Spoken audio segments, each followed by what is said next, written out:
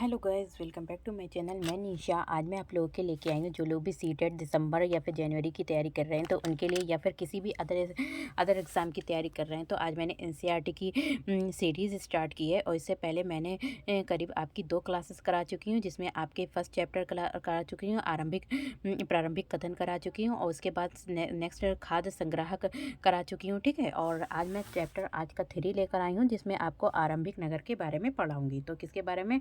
देखिए, जो भी हमारा सीटेट में पूछा जाता है वो तो आप लोग, जो लोग भी इस बार, जिन लोगों ने एग्ज़ाम दिया है या फिर इससे पहले भी कभी एग्ज़ाम दिया है, तो उन्हें पता होगा कि सीटेट में जो भी पेपर 2 में या पेपर 1 में पूछा जाता है वो सभी एनसीईआरटी पूछी जाती है। क्या पूछी जाती है? आपकी एनसीईआरटी पूछी जाती है। तो एनसीईआरटी जो पूछी जाती है, देखिए, अगर पेपर से 2 की तैयारी कर रहे हैं तो उसमें जो एनसीईआरटी पूछी जाती है वो आपकी 60 मार्क्स की पूछी जाती है। एसएसटी कितने मार्क्स की पूछी जाती है? 60 मार्क्स की पूछी जाती है। तो उसी की मैं तैयारी करा रही हूँ आपकी। और जो लोग भी 1 से 2 एक से या 1-2 से नंबर से रह जाते हैं, हो सकता है कि उनकी एनसीईआरटी कंप्लीट ना हो। तो क्योंकि देखिए, इस बार हर बार पेपर टफ होता जा रहा है, और बहुत ही कम 100% में इतने कम बच्चे पास होते हैं कि आपको 7% बच्चे ही पास होते हैं। कितने होते हैं? 7% बच्चे ही पास होते हैं, क्योंकि सीटेट अब जितना भी टाइम आ रहा है, जितना टाइम बढ़ रहा है, तो क्या हो रहा है, आपका टफ होता जा रहा है सीटेट एग्ज़ाम। तो पेपर 2 में देखिए, जो पेपर फर्स्ट में सब्जेक्ट रहते हैं वही पेपर 2 में रहते हैं। बस इसमें कुछ सब्जेक्ट जो होते हैं वो आपके चेंज हो जाते हैं 60 मार्क्स के। तो आपकी सीडीपी वही रहती है, आपकी लैंग्वेज दोनों वही रहती हैं, 3 सब्जेक्ट सेम रहते हैं जो आप पेपर 1 में होते हैं और जो पेपर 2 में होते हैं। बाकी आपका एक जो पेपर 1 में आपका मैथ्स और ईवीएस पड़ जाता है, और इसमें आपका जो भी है वो आपका सब्जेक्टिव हो जाता है। तो चलिए स्टार्ट करते हैं। तो आज हम पढ़ेंगे आरंभिक कथन के बारे में पढ़ेंगे। क्या पढ़ेंगे? आरंभिक कथन के बारे में पढ़ेंगे। देखिए, पुराने भवन का संरक्षण। पुराने क्या होते हैं? पुराने यानी ओल्ड भवन, भवन यानी घर को भी बोलते हैं, उनका क्या है, संरक्षण के बारे में पढ़ेंगे। तो जसपाल और हरप्रीत, यहाँ पे 2 बच्चे हैं। क्या है? जसपाल और हरप्रीत अपने घर के पास गली में क्रिकेट खेल रहे थे। क्या खेल रहे थे? यहाँ पे एक क्रिकेट खेल रहे थे। उन्होंने देखा कि कुछ लोग उस खंडर घर की तारीफ कर रहे थे। तो यहाँ पे कह रहे हैं कि जब वो बच्चे क्या कर रहे थे, क्रिकेट खेल रहे थे, तो वहीं पर कुछ लोग क्या कर रहे थे, उस खंडर घर की क्या कर रहे थे, तारीफ कर रहे थे, जिस गली के बच्चे भूतहा घर कहा करते थे। कुछ लोग उस गली के बच्चे को जो थे वो क्या करते थे, उस खंडर को भूता घर कहते थे, भूत का घर कहते थे। ठीक है। तो एक ने कहा, इसकी वास्तुकला को देखो। यहाँ पे 2 बच्चे हैं, तो एक दूसरे से यहाँ पे कह रहे हैं कि इसकी जो भी वास्तुकला है उसको देखो। क्या आपने कहीं लकड़ी पर इतनी सुंदर नक्काशी देखी? तो दूसरी महिला ने कहा, हमें मंत्री जी को पत्र लिखकर कहना चाहिए कि वो इस खूबसूरत घर को सुरक्षित रखने के लिए इसकी मरम्मत कराने की व्यवस्था करें। ये सब सुनकर जसपाल और हरप्रीत सोचने लगे। यहाँ पर क्या है, एक वहाँ पर बातचीत हो रही थी, तो उन बातचीत को किसने सुना? हरप्रीत और जसपाल ने, दोनों ने उन दो वहाँ पर जो बातचीत हो रही थी उसके बारे में सुना। इस पुराने खंडर से लोगों का इतना लगाव क्यों हो सकता है? तो ये दोनों कहने लगे कि, मतलब बच्चे कहने लगे कि ये जो लोग जो हैं, इस खंडर से इन लोग को इतना लगाव क्यों है। तो चलिए पढ़ते हैं। यहाँ पर आज हम जो पढ़ेंगे, हड़प्पा की कहानी के बारे में पढ़ेंगे कि हड़प्पा की कहानी कैसे स्टार्ट हुई और कैसे चली, कहाँ तक चली, और कैसे, मतलब ये शुरू हुई। तो अक्सर पुरानी इमारतें अपनी कहानी बताती हैं। तो आप लोगों ने भी देखा होगा कि बहुत सारी आप लोगों के जहाँ पर आप लोग रहते हैं, तो वहाँ पर बहुत बहुत सारी ऐसी होती हैं, बहुत सारी पुरानी इमारतें बनी होती हैं, तो वो कुछ हमें बताती हैं। ठीक है। तो अक्सर पुरानी इमारतें कुछ कहानी बताती हैं। क्या बताती हैं? कुछ कहानी बताती हैं। लगभग 150 साल पहले जब पंजाब में पहली बार रेलवे लाइन बिछाई जा रही, यहाँ पे कह रहे हैं कि 150 साल पहले जब पंजाब में रेलवे लाइन बिछाई जा रही थी। कौन सी लाइन? रेलवे लाइन बिछाई जा रही थी। तो इस काम में जुटे इंजीनियरों को अचानक हड़प्पा पुरस्थल मिला। तो देखिए, क्वेश्चन अगर आ सकता है कि आपका हड़प्पा पुरस्थल कहाँ मिला, तो ये मिला था आपका, जब पंजाब में रेलवे लाइन बिछाई जा रही, तो इसमें रेलवे लाइन जब बच रही थी, वहाँ पर जो भी काम इंजीनियर लोग कर रहे थे, तो उनको क्या मिला था, अचानक एक हड़प्पा क्या मिला, पुरस्थल मिला, जो आधुनिक पाकिस्तान में है। तो इस समय जो वो आपका कहाँ है, जो हड़प्पा पुरस्थल है वो कहाँ है, आपका पाकिस्तान में है। उन्होंने सोचा कि ये एक ऐसा, वहाँ पे क्या मिला था, एक खंडर मिला था। उन्होंने क्या सोचा, जो इंजीनियर थे थे, उनको अचानक वहाँ पर एक पूरा स्थल मिल गया, तो उन्होंने यहाँ पे ये सोचा कि ये एक ऐसा खंडर है जहाँ से अच्छी ईंटें मिलेंगी। तो वहाँ पर वो जो खंडर मिला था, तो जो इंजीनियर लाइन बिछा रहे थे, उन्होंने क्या, ये तो एक अच्छा हमें खंडर मिल गया, हमें मतलब ईंटें नहीं लेनी पड़ेंगी, तो यहाँ से हम ईंटों को ले लेंगे। तो ये सोचकर वे हड़प्पा के खंडरों से हज़ारों ईंटें उखाड़ ले गए, जो हड़प्पा के खंडर थे। तो वहाँ से जो रेलवे लाइन बिछ रही थी, उसके लिए बहुत सारी क्या ले गए, ईंटें उखाड़ कर ले गए, जिससे उन्होंने रेलवे लाइन बिछाई। और उन्होंने क्या किया, जो वहाँ पर रेलवे लाइन थी पंजाब में, उन्होंने उस लाइन को बिछा दिया, और इससे कई इमारतें पूरी तरीके से नष्ट हो गईं। तो इस रेलवे लाइन बिछने से क्या हुआ, जो इमारतें थीं वो कई पूरी तरीके से नष्ट हो गई थी। उसके बाद लगभग तो उसके बाद लगभग 80 साल पहले पुरातत्वविदों ने इस स्थल को ढूंढा, और तब पता चला। तो उसके बाद क्या हुआ, देखिए 150 साल पहले जो था, 150 साल पहले आपकी जो थी पंजाब में रेलवे लाइन बिछाई गई थी, जिसमें जो था, जो इंजीनियर थे उन्हें क्या मिला था, एक खंडर मिला था। तो उन्होंने उस खंडर से ही ईंटें सारी निकाल ली थी, और वो कहाँ बिछा दी थी, रेलवे लाइन पे बिछा दी थी। उसके बाद जो था, फिर 80 साल पहले जो था, पुरातत्वविदों को इस पुरातत्वविदों ने इस स्थल को ढूंढा, और पता चला कि ये खंडर उपमहाद्वीप के सबसे पुराने शहर में एक है। तो जब पुरातत्वविद, तो इसके बारे में हम चैप्टर फर्स्ट और सेकंड में पढ़ चुके हैं, कौन होते हैं पुरातत्वविद।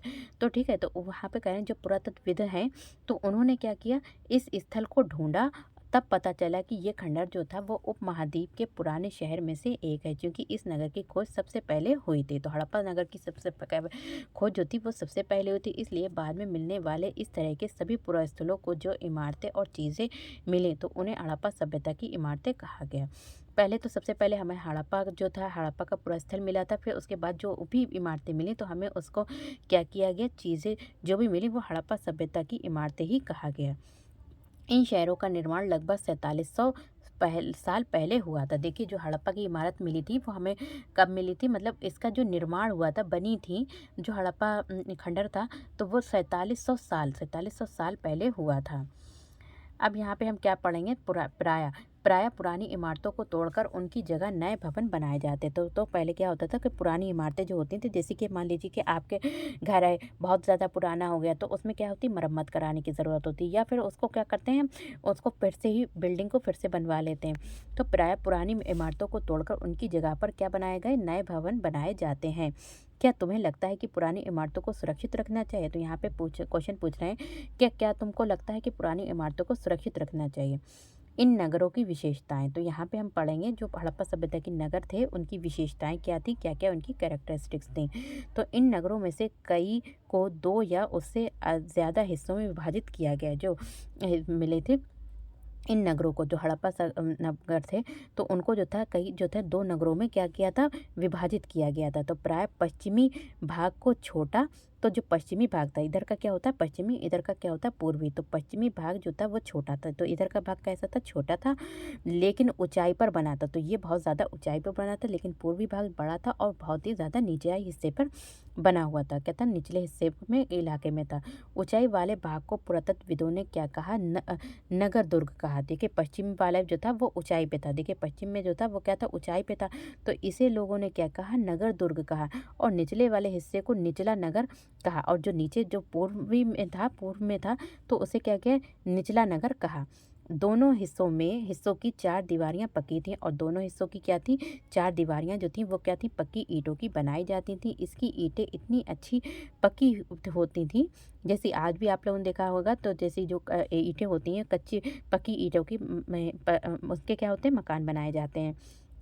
तो वो बहुत ही ज़्यादा अच्छी पक्की हुई होती थी, कि हज़ारों सालों बाद भी आज की दीवारें खड़ी रही हैं। तो देखिए, हज़ारों साल के बाद भी वो इतनी अच्छी ईंटें थी कि उनकी दीवारें आज भी खड़ी हैं। दीवार बनाने के लिए ईंटों की चुनाई इस तरह करते थे कि जिससे दीवारें खूब मजबूत रहें। देखिए, जो दीवारों की चुनाई इस तरीके से यहाँ पे करते थे, जैसे कि एक के ऊपर एक, एक के ऊपर एक, तो क्या करते थे, जैसे जो है दीवार क्या रहे, बहुत ही ज़्यादा मजबूत रहे। तो कुछ नगरों के नगर दुर्ग में कुछ खास इमारतें बनाई गईं।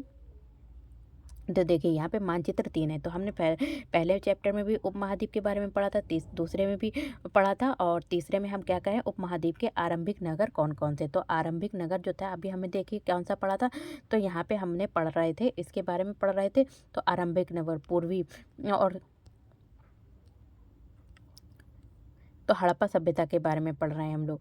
तो यहाँ पे क्या है, आरंभिक नगर कौन-कौन से हैं? तो यहाँ पे क्या है, यहाँ पे कुछ नगरों के नगर दुर्ग में कुछ ख़ास इमारतें बनाई गई थी। तो नगर दुर्ग में क्या बनाई थी? कुछ ख़ास इमारतें बनाई गई थी। मिसाल के तौर पर मोहनजोदड़ो में ख़ास तालाब बनाए गए। देखिए मोहनजोदड़ो, तो यहाँ पे हमने बताया था आपको, ये क्या था आपका पश्चिमी में था। क्या था? पश्चिमी में था। तो मोहनजोदड़ो में क्या कह रहे हैं कि बहुत सारी ख़ास इमारतें बनाई गई थी। तो एक तालाब बनाया गया था। क्या बनाया गया? तो मोहनजोदड़ो में एक तालाब बनाया गया था ख़ास, जिसे पुरातत्वविदों ने महान स्नानागार कहा। तो जो पुरातत्वविदों ने क्या कहा? उसे एक महान स्नानागार कहा। जैसे कि नहाने का स्थान कहा, तालाब बनाया गया था, और पुरातत्वविदों ने इसे क्या कहा? स्नानघर का। इस तालाब को बनाने में ईंट और प्लास्टर का इस्तेमाल किया गया है। तो ईंट और प्लास्टर का इस्तेमाल किया गया। देखिए मोहनजोदड़ो में क्या मिला है? एक तालाब बना हुआ था, और जो तालाब बना था बहुत ही अच्छी ईंटों से बना हुआ था, और ईंटों का और किसका बना हुआ था? वहाँ पर प्लास्टर का बना हुआ था। इस तालाब को बनाने में ईंटों का, प्लास्टर का प्रयोग, इसमें पानी का रिसाव रोकने के लिए प्लास्टर के ऊपर चारकोल की परत चढ़ाई गई है। देखिए कि जो मतलब जो बनाया गया था, तालाब बनाया गया था, उसमें क्या बनाया गया था? उसके जो था प्लास्टर, पहले तो ईंटों से बनाया गया, फिर उस पर प्लास्टर कर दिया गया, फिर उसके बाद क्या किया? चारकोल की क्या कर दी? परत चढ़ाई गई थी। इस सरोवर में दो तरफ उतरने की सीढ़ियाँ हैं। तो इस सरोवर में क्या है? दो तरफ उतरने की क्या है? सीढ़ियाँ हैं। तो इसमें लोग सीढ़ियों से क्या करते? नीचे इस सरोवर में क्या करते थे? उतरते थे। और चारों ओर कमरे बनाए हुए थे। ठीक है, चारों तरफ क्या बने हुए थे? इसके चारों ओर कमरे बने हुए थे। देखिए अभी हम दिखाएंगे आपको। देखिए ये है। तो ये आपका क्या है? महान स्नानागार है। तो यहाँ पे यह हमें कहाँ मिला है? मोहनजोदड़ो से प्राप्त हुआ है। तो ये एक विशाल स्नानागार है, और इसके दो तरफ क्या बनी थी? सीढ़ियाँ बनी थी। ठीक है, एक सामने बनी है, एक इस साइड में, और चारों तरफ इसके क्या बने हुए हैं? कमरे बने हुए हैं। फिर बात करते हैं, देखिए यहाँ पर क्या है? खाली चारों ओर इसके क्या बने हैं? कमरे बने हुए थे। इनमें भरने के लिए पानी जो था, देखिए इसको, जो इतना बड़ा विशाल स्नानागार, जैसे कि आजकल हम लोग पूल बनाते हैं, ठीक है, तो ठीक इसी तरीके से ये भी बना हुआ था। तो इसमें कह रहे हैं कि इसको भरा कैसे जाता था? इसमें पानी कैसे भरा जाता था? तो कह रहे हैं कि इसमें पानी जो था वो कुओं से निकाला जाता था, उपयोग के बाद इसे खाली कर दिया जाता था, और जब हम इसका यूज़ कर लेते थे नहाने के बाद, इसे क्या कर दिया था? खाली किया जाता था। शायद यहाँ विशिष्ट नागरिक विशेष अवसरों पर स्नान किया करते थे। कह रहे हैं कि यहाँ पर विशेष अवसरों पर, कोई मतलब त्योहार वगैरह होता था, तब यहाँ पर क्या करते थे? स्नान करते थे, मतलब डेली स्नान नहीं करते थे। फिर आता है कालीबंगा और लोथल जैसे अन्य नगरों में अग्निकुंड मिले हैं। क्या मिले हैं? आपके अग्निकुंड मिले हैं, जहाँ संभवतः यज्ञ किए जाते होंगे। हड़प्पा, मोहनजोदड़ो और लोथल जैसे कुछ नगरों में बड़े बड़े भंडार गृह भी मिले हैं। तो कह रहे हैं कि हड़प्पा में आपके मिले हैं, मोहनजोदड़ो में, और लोथल में क्या मिले हैं? बड़े बड़े भंडार, यानी कि बड़े बड़े स्टोर रूम भी मिले हैं।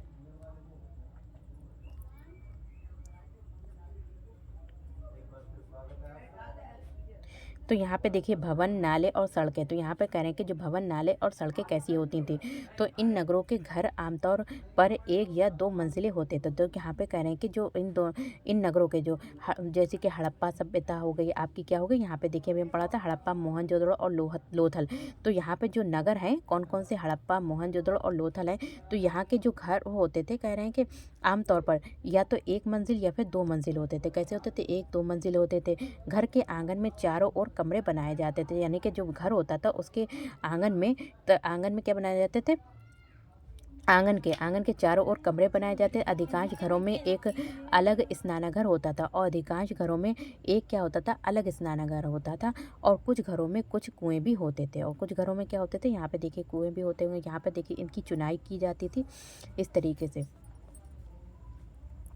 इन नगरों में ढके हुए नाले होते थे। तो इन नगरों में जो नाले होते थे वो कैसे होते थे? ढके हुए होते थे। इन्हें बहुत ही अच्छी सावधानी लाइन में बनाया जाता है। जो भी नाले होते थे, जैसे कि आजकल नालियाँ जो होती हैं खुली होती हैं, तो लेकिन ये जो थे वो होते थे, क्या होते थे? ढके हुए होते थे, और लाइन में बनाया जाता था। कैसे बनाया जाता था? देखिए अभी हम दिखाते हैं आपको। यहाँ पे जैसे कि लाइन बनाई, यहाँ पे ये नाले बनाए हैं, तो इनके नाले बनाए जाते थे, बहुत अच्छी सी चुनाई की जाती थी।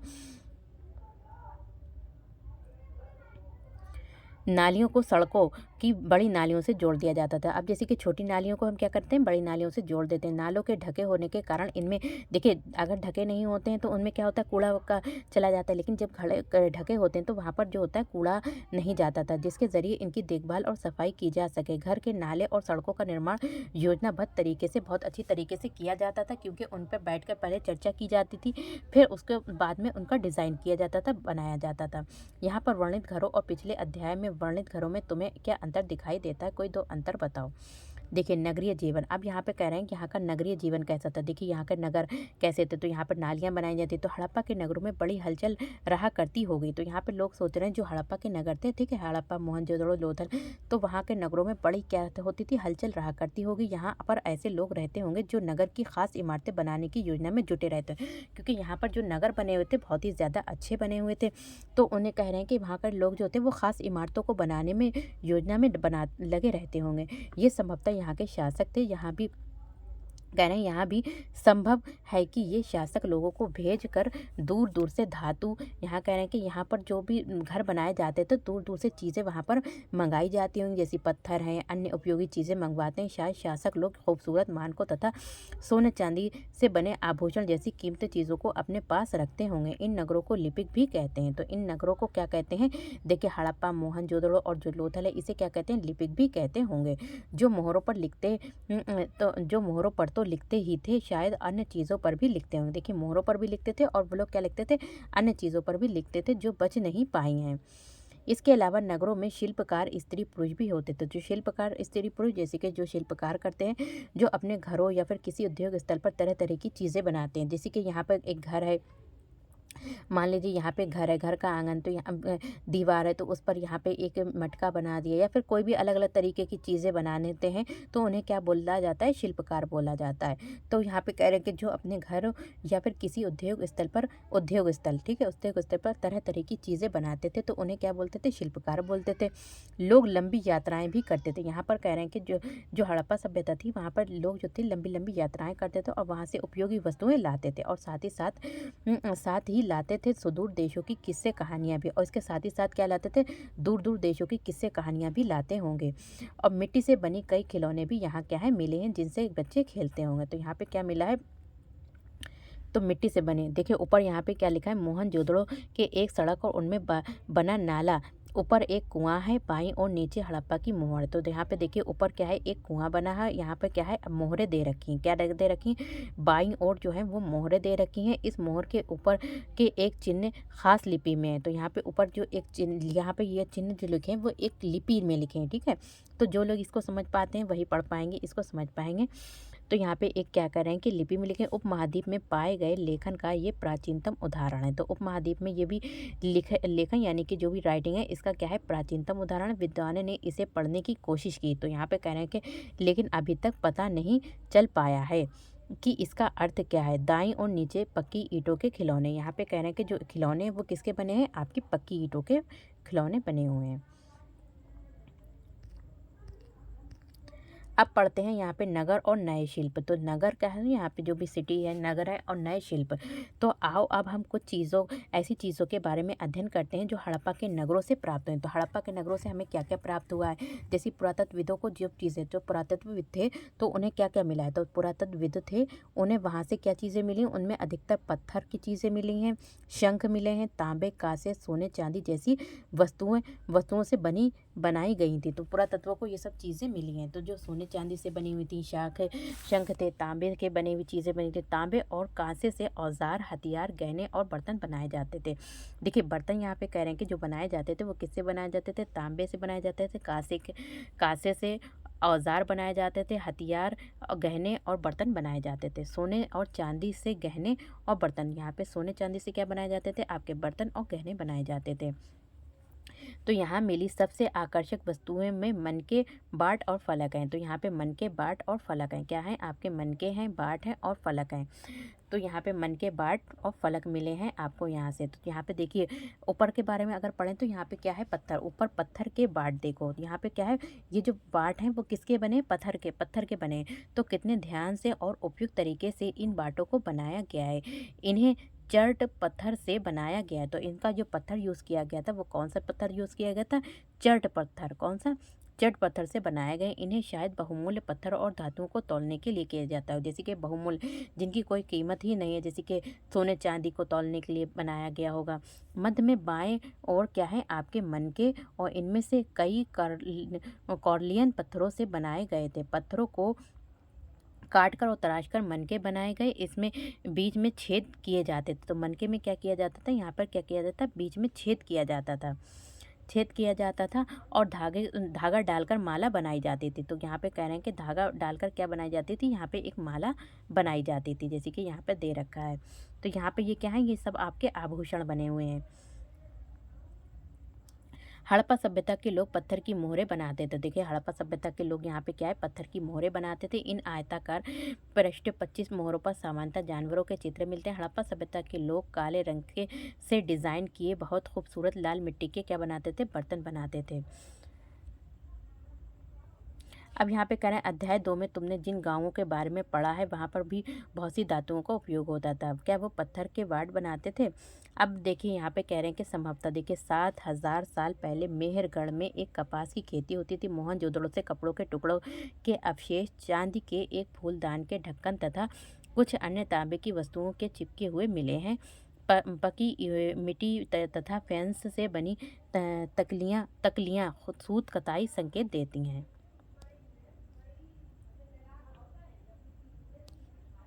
तो यहाँ पर देखिए ये फैंस दे रखा है।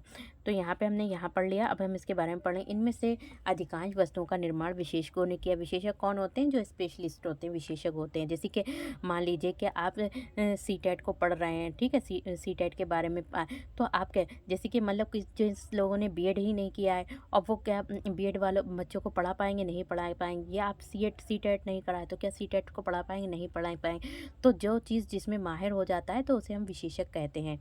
तो जो किसी ख़ास चीज़ को बनाने के लिए ख़ास प्रशिक्षण लेता है, ट्रेनिंग लेता है, जैसे पत्थर तराशना, मनके चमकाना या फिर मोहरे या फिर पच्ची कारी करना आदि, तो ये सभी क्या है आपका क्या होता है, विशेषज्ञ होते हैं।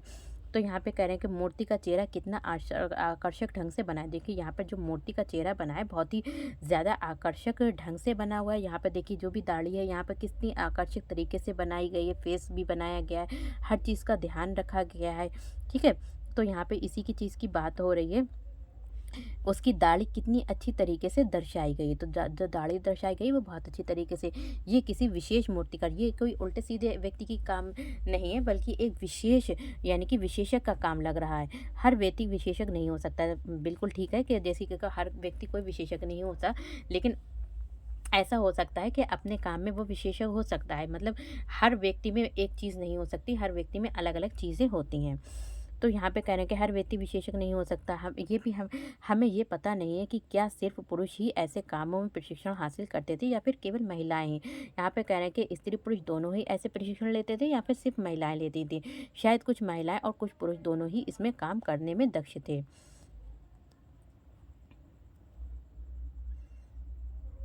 तो इसके बारे में तो नहीं पूछा जाता। अब कच्चे माल की खोज देखिए, कच्चे माल की खोज कैसे हुई थी। तो कच्चे माल की खोज, कच्चा माल उन पदार्थों, देखिए आप लोगों ने सुना होगा कच्चा माल। तो कच्चा माल किसे कहते हैं? तो कच्चा माल उन पदार्थों को कहते हैं जो प्राकृतिक रूप से मिलते हैं। जैसे कि हमें क्या मिला, गेहूँ मिल गए, ठीक है।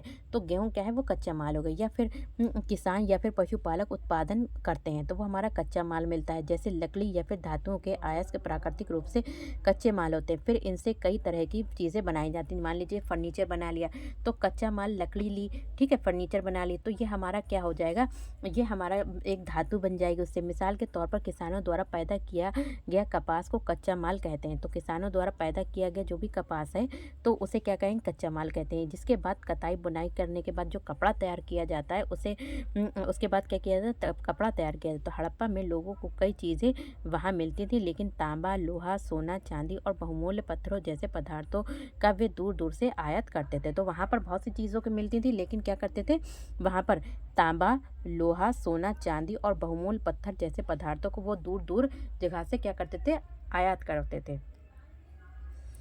यहाँ पे देखिए एक यहाँ पे खिलौना है, यहाँ पे क्या है यहाँ पे जो मिला हुआ है। तो यहाँ पे कह रहे हैं कि हड़प्पा के लोग तांबे का आयात संभवतः आज के राजस्थान से करते थे। तो हड़प्पा के लोग जो थे तांबे का आयात कहाँ से करते थे, उसको मंगवाते थे, तो वो कहाँ से, राजस्थान से करते थे। यहाँ तक कि पश्चिमी एशियाई के देश ओमान से भी तांबा आयात किया जाता था कांसा बनाने के लिए। देखिए ये क्वेश्चन आप में पूछा जाता है, कांसा बना, तो कांसा जो है वो किससे मिलकर बनता है, टिन और धातु से मिलकर। कांसा बनाने के लिए तांबे के साथ मिलाई जाने वाली धातु टिन। तो कांसे बनाने के लिए हम किसका, टिन का प्रयोग करते हैं, आयात आधुनिक ईरान और अफगानिस्तान से किया जाता है। सोने का आयात आधुनिक कर्नाटक, तो आदमी जो है सोने का आयात कहाँ से होता है, आधुनिक कर्नाटक से होता है। और बहुमूल्य पत्थर का आयात गुजरात और ईरान, तो बहुमूल्य पत्थर का जो आयात होता है वो गुजरात और ईरान, अफगानिस्तान से किया जाता है। देखिए चीज़ों को एक जगह से दूसरी जगह ले जाया जाता था। चीज़ों को कैसे ले जाया जाता है, एक जगह से दूसरी जगह ले जाया जाता था। इन चित्रों को देखो, एक खिलौना है और दूसरी एक मोहर है। तो यहाँ पर एक क्या है, यहाँ पे एक ऊपर क्या है, एक खिलौना दे रखा है, ठीक है ऊपर, और यहाँ पर एक क्या दे रखी, मोहर दे रखी है। क्या है, मोहर है, दूसरी ओर एक मोहर है। क्या तुम बता सकते हो कि हड़प्पा के लोग यातायात के लिए किन साधनों का प्रयोग करते, जैसे आप लोग भी एक जगह से दूसरे जगह पर जाने के लिए यातायात का साधन का प्रयोग करते हैं, कहीं पे बस का उपयोग करते हैं, कहीं पे ट्रेन का। तो यहाँ पे कह रहे हैं कि ठीक यातायात के लिए एक जगह से दूसरी जगह जाने के लिए साधनों का प्रयोग करते थे। तो यहाँ पे क्या है, आपकी एक मोहर दे रखी है। नगरों में रहने वालों के लिए भोजन, देखिए जो नगर में रहते थे उनके लिए भोजन कहाँ से प्राप्त होता था, तो लोग नगरों के अलावा गाँवों में भी रहते थे। ठीक, यह कह रहे हैं कि जो हड़प्पा में नगर में ही लोग नहीं रहते थे, बल्कि कहाँ रहते थे, गाँवों में भी लोग रहते थे। वे अनाज उगाते थे। तो गाँवों में जो लोग रहते थे, जैसे नगर वाले तो लोग नहीं उगाते थे, तो हड़प्पा लोग नगरों के अलावा गाँवों में भी रहते थे, वे अनाज उगाते थे। तो गाँव वाले लोग क्या करते थे, अनाज को उगाते थे और जानवर पालते थे। तो ये कहाँ के, हड़प्पा नगर में जो गांव के लोग थे। किसान और चाराबाकी शहरों में रहने वाले शासकों, लेखकों और दस्तकारों को खाने के सामान देते थे। किसान और चारावाहकी शहरों में रहने वालों को क्या करते थे, जो शहरों में रहते थे उनको सब चीज़ें सामान देते थे। पौधों के अवशेषों से पता चलता है, जो पौधों के अवशेष मिले हैं, जो भी उनके मतलब चीज़ें मिली हैं, हमें प्राप्त हुई हैं, उनसे पता चलता है हड़प्पा के लोग गेहूँ, जौ, दाल, मटर, धान, तिल आदि सरसों खाते थे। तो उनके अवशेष से पता चला है। तो लोग क्या करते थे, हड़प्पा के लोग गेहूँ, जौ, दालें, मटर, धान, तिल आदि सरसों आदि उगाते थे। ज़मीन की जुताई के लिए हल का प्रयोग एक नई बात नहीं थी। तो देखिए इस टाइम में जो हल का प्रयोग होता है, तो ज़मीन की जुताई किससे करते थे, तो हल का प्रयोग करते थे, ये एक नई बात थी। ठीक है, तो ज़मीन की जुताई के लिए हल का प्रयोग करते थे, नई बात थी। हड़प्पा काल के हल तो बच नहीं पाए। देखिए हड़प्पा काल में जो हल यूज़ किए जाते थे वो नहीं बच पाए, क्योंकि प्रायः वो हल जो होते थे वो लकड़ी के बनाए जाते थे, इसलिए वो लकड़ी के ख़राब हो गए। लेकिन हल के आकार के खिलौने मिले हैं। तो हल के आकार के क्या मिले हैं, अब जैसे जब हल होगा तभी उसके खिलौने बने। तो इस क्षेत्र में जैसे कि आप लोग देखते हैं बाइक होती है, तो बाइक की एक खिलौने के लिए भी बाइक बना ली जाती है, बच्चों के खेलने के लिए। तो जब चीज़ें मतलब हल होता होगा, उसी के लिए खिलौना भी बनाया गया होगा। इस क्षेत्र में बारिश कम होती थी, तो हड़प्पा नगर में जो बारिश होती थी वो बहुत ज़्यादा कम होती थी, इसलिए सिंचाई के लिए लोगों ने कुछ नए तरीके अपनाए होंगे। संभवतः पानी का संचय किया जाता होगा, पानी को मतलब स्टोर करके रखा जाता होगा, और ज़रूरत पड़ने पर उन फसलों की क्या की जाती होगी, सिंचाई की जाती होगी, क्योंकि वहाँ पर पानी की कमी थी। हड़प्पा के लोग गाय, भैंस, बकरी पालते थे। जो हड़प्पा के लोग थे वो किसका प्रयोग करते थे, गाय, भैंस, बकरी का पालते थे। बस्तियों के आसपास तालाब, देखिए जो बस्तियाँ थी, नगर थे, उनके आसपास क्या थे, तो तालाब और चारागाह होते थे। लेकिन सूखे महीनों में मवेशियों के झुंडों को चारा पानी की तलाश में दूर दूर ले जाया जाता था। कह रहे हैं कि बस्तियों के आसपास तालाब और चारागाह होते थे, लेकिन क्या होता था, कभी कभी वहाँ पर सूखा पड़ जाता था। तो मवेशी जो थे, मवेशी कौन होते हैं, जो जिनके पास जो होता है, जैसे कि गाय, भैंस, बकरियाँ पालते हैं, तो वो अपने झुंड को दूसरी जगह ले जाते थे। ठीक है, उनको चारा के लिए, उनको पानी के लिए। वे बैर जैसे फलों को इकट्ठा करते थे, बेर जैसे, किसके, बेर जैसे फलों को इकट्ठा करते थे, मछलियाँ पकड़ते थे, और हिरण जैसे जानवरों का क्या करते थे, शिकार करते थे। तो देखिए यहाँ पर अब गुजरात में हड़प्पा कालीन नगर का सूक्ष्म निरीक्षण करेंगे। तो गुजरात में जो है, गुजरात है उसमें क्या है, हड़प्पा कालीन नगर का सूक्ष्म निरीक्षण करेंगे। तो कच्छ के इलाके में खदिर बेत के किनारे धौलावीरा नगर बसा था। तो यहाँ पे कह रहे हैं कि कच्छ के इलाके में खदिर बेत के किनारे क्या है, एक धौलावीरा नगर बसा है। तो देखिए यहाँ पे एक धौलावीरा नगर, देखिए यहाँ पे कहाँ पे बसा है। तो यहाँ पे अभी देखते हैं कि जो डायग्राम था आपका, यहाँ पे देखिए ये हमारा क्या है, धौलावीरा नगर है। ठीक है, तो यहाँ पे धौलावीरा नगर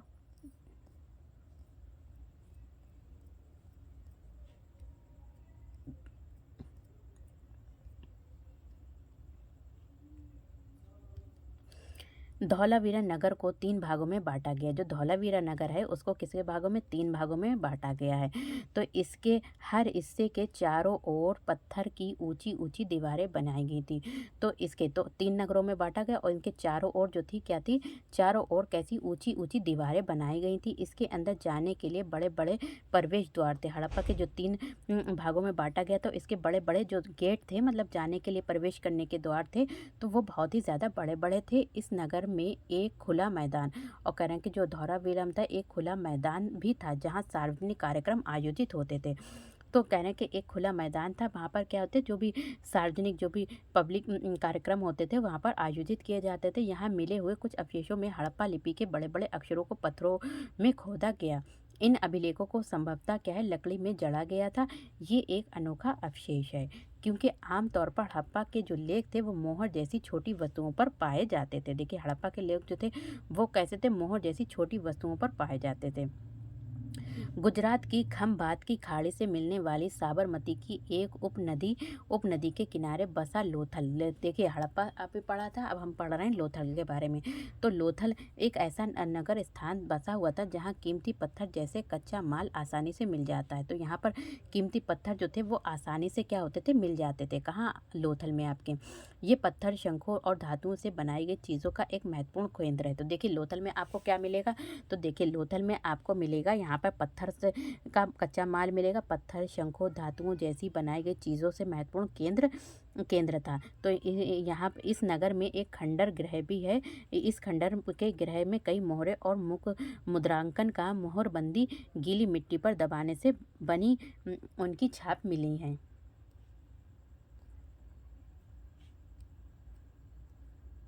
देखिए ये जो मिला है, ठीक है। यहाँ पर एक इमारत मिली है जहाँ संभवतः मनके बनाने का काम होता था। पत्थर के टुकड़े, अध बने मनके बनाने वाले उपकरण और तैयार मनके भी यहाँ पर मिले हैं। ठीक है, आपको यहाँ पर देखिए मनके मिले हैं।